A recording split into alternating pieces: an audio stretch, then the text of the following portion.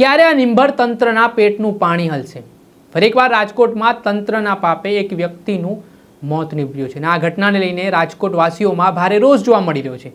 તેની પાછળનું કારણ છે બિસ્માર રોડ રસ્તાઓ અને ખુલ્લી ગટરો. આ જે વ્યક્તિ હતા તેઓ ખુલ્લી ગટરમાં પટકાઈ જવાના કારણે ગઈકાલે તેમનું મૃત્યુ નીપજ્યું છે અને આ ઘટનાને લઈને પરિવારમાં ભારે રોષ જોવા મળી રહ્યો છે અને આ મામલે જે તે જવાબદાર વ્યક્તિ છે તેમની સામે તંત્ર ફરિયાદ નોંધે તે પ્રકારની માંગ પણ કરવામાં આવી છે. ત્યારે કોણ છે આ વ્યક્તિ, શું સમગ્ર મામલો છે, વાત કરીશું આ વિડીયોમાં.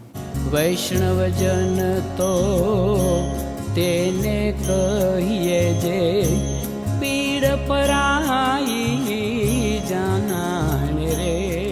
નમસ્કાર દર્શક મિત્રો અને ઉજ્જૈન ન્યૂઝમાં આપનું સ્વાગત છે. હું છું ફૈઝાન. કરોડો રૂપિયાના તાઇફામાં માનનારા તંત્રના પેટનું પાણી કેમ નથી હલી રહ્યું?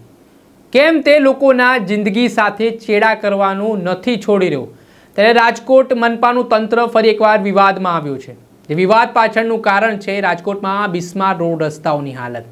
જોકે હાલ ગુજરાતમાં ભારે વરસાદના કારણે જે રોડ રસ્તાની દયનીય હાલત બની છે, કરોડો રૂપિયાના ખર્ચે જે તંત્ર કામગીરી કરતું હોય તે કામગીરીની પોલ પણ ઉઘાડી પડી છે.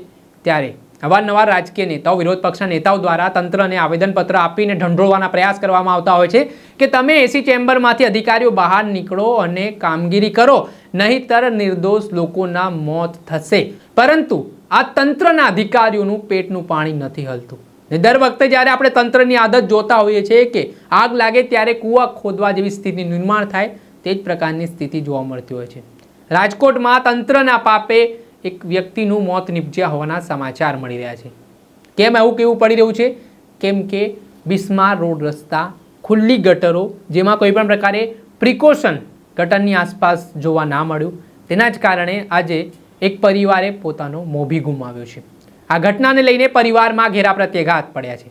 ઘટનાની વાત કરીએ તો વનરાજસિંહ ઉદયસિંહ જાડેજા તેઓ પોતાનું બાઇક લઈને ગાંધીગ્રામ વિસ્તારમાંથી મોડી રાત્રે જઈ રહ્યા હતા. આ દરમિયાન એ રોડ રસ્તાની બિસ્માર હાલત હતી. ને આટલું જ નહીં, તંત્રની મોટી બેદરકારી તો ત્યાં ગટર ખુલ્લી હોવાની વાત સામે આવી. ત્યારે પાણી ભરાયેલા હોવાથી, તે ગટરનું ઢાંકણું ખુલ્લું હોવાથી અચાનક વનરાજસિંહ ઉદયસિંહ જાડેજા તે ગટરમાં પટકાય છે.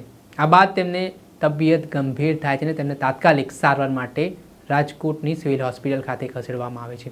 જોકે કમનસીબે તેમની સારવાર દરમિયાન ગઈકાલે મૃત્યુ નિપજ્યા હોવાના સમાચાર મળ્યા છે. આ ઘટના સામે આવ્યા બાદ પરિવારમાં ભારે રોષ જોવા મળી રહ્યું છે કે જો તંત્રએ આ માટે કોઈ પ્રિકોશન ત્યાં મૂક્યા હોત, આ જે ગટર ખુલ્લી છે તેના પાછળ જવાબદાર કોણ, તેને લઈને પણ સવાલ ઉઠી રહ્યા છે. અને પરિવાર દ્વારા આ મામલામાં જે કોઈ પણ જવાબદાર અધિકારી છે તેમની સામે ફરિયાદ દાખલ કરવા માટે પણ અપીલ કરવામાં આવી રહી છે.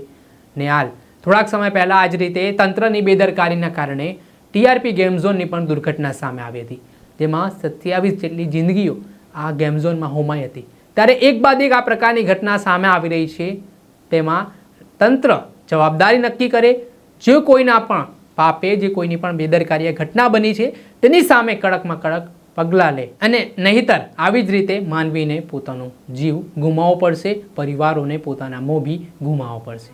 હવે જોવું રહ્યું કે આ મામલાને લઈને પોલીસ દ્વારા કયા પ્રકારની કાર્યવાહી કરવામાં આવે છે ને રાજકોટ મહાનગરપાલિકાનું તંત્ર જે હંમેશા વિવાદમાં રહ્યો છે તેના દ્વારા કયા પ્રકારના પગલાં લેવાય છે.